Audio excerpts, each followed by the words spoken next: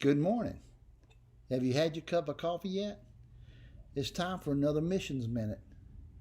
Way back in 1989, God began to work in my heart and open up my eyes to missions. I always thought missionaries had to be pastors.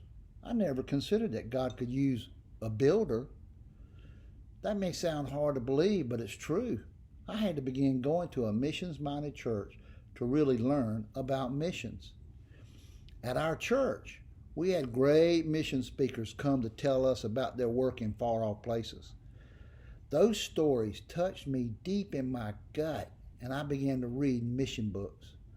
I never really liked to read when I was growing up, but these mission books lit a fire in me, and I had to read everything. And I read everything I could get my hands on. Some of the information in those first books about missions has stayed with me for over 30 years. Years ago, I learned something that I'll never forget about: my closet. That's right, the closet. You know, where we hang up our clothes. In Spanish, we call it el ropero. All closets around the world look different. Some closets may have just a few hooks on the wall. Some closets have wardrobes with a few drawers and a space enough to hang more things. Some closets are big enough to walk into and are filled with beautiful clothes and shoes and accessories.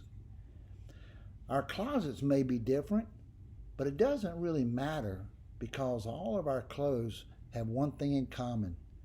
Our clothes have labels on them. Somewhere on the item is a label that says made in China, made in India, made in Sri Lanka, made in Pakistan, made in Indonesia. People groups of the world are represented in our closets. So I want to challenge you to start looking at the labels. Those clothes made it all the way around the world from their hands into your closets. So step in there, put a shirt off the hanger, and look at the label. Now think. Think about the people who worked hard to make those clothes, often for very little money. Look up that country on a map if you're not sure where it is.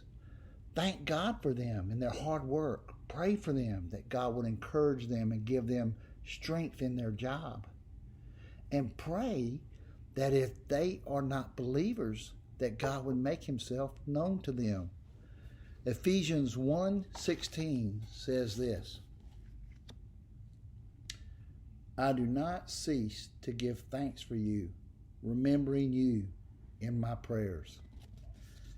There's a whole world of strangers out there that sneak into our closets every day. Praying for people who make our clothes is just one more way for us to keep our eyes wide open and realize that this big world isn't just coming to your neighborhood. They're waiting for you in your closet. That's it for today. So until all have heard, I'll see you tomorrow.